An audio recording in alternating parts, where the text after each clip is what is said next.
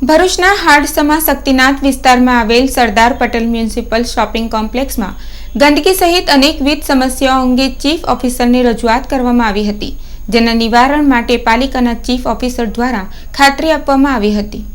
ભરૂચના શક્તિનાથ વિસ્તારમાં આવેલ ભરૂચ નગરપાલિકાના સરદાર શોપિંગ સેન્ટરમાં અનેકવિધ સમસ્યાઓ જોવા મળે છે, જે અંગે શોપિંગ સેન્ટરના દુકાનધારકો દ્વારા વારંવાર ભરૂચ નગરપાલિકામાં લેખિત તેમજ મૌખિક રજૂઆતો કરવામાં આવી હોવા છતાં પણ લાંબા સમયથી તેનું નિરાકરણ આવી રહ્યું નથી। અંતે આજરોજ ભરૂચ નગરપાલિકાના ચીફ ઓફિસર સંજય સોનીએ સરદાર શોપિંગ સેન્ટરની મુલાકાત લઈ સમસ્યાઓ અંગેની માહિતી મેળવવા સાથે દુકાનધારકોની રજૂઆત સાંભળી હતી।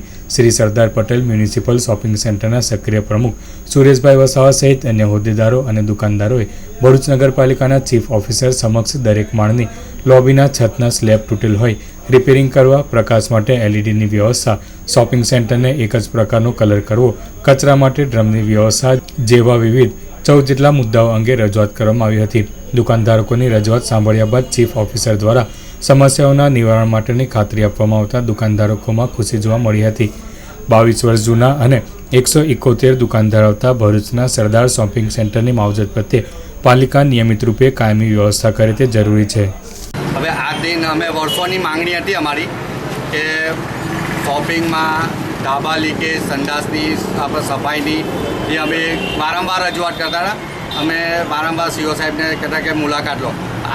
આજ રોજ સીઓ સાહેબે સ્થળ મુલાકાત લીધી છે ને જેમ બે તેમ ચોમાસા પહેલાં ડ્રેનેજ લાઇનનું, ગટર લાઇનનું અને ઉપરના જે ધાબા લીકેજ છે એ રિપેરિંગ કરવાની અમને બાંયધરી આપી છે।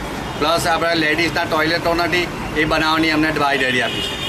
હમણાં ચીફ ઓફિસર આજે મુલાકાત લીધી છે સોની સાહેબે, અને એમણે પોતે હૈયાધારણા આપેલી છે કે જે અહીંયા ધાબા લીકેજનો પ્રોબ્લેમ છે, ચોરીઓનો પ્રોબ્લેમ છે, તેમજ પાર્કિંગનો પ્રોબ્લેમ છે, તેમજ જે સુવિધા છે બધી જે સામાજિક સુવિધા જે જનરલ સુવિધાઓ છે એ સુવિધાઓ પૂરી પાડવાની કોશિશ કરીશ। અને ઇલેક્ટ્રિસિટી બોર્ડને જે બધા વાયરિંગ લટકે છે, વાયરિંગો બધા તે બધા એક જ જગ્યાએ મીટરને સેટઅપ કરી આપીશું એવી પણ હૈયાધારણા આપી છે, અને આવનાર દિવસમાં શોપિંગને સારી એવી સુવિધા હું પૂરી પાડીશ એવી હૈયાધારણા આપીશ।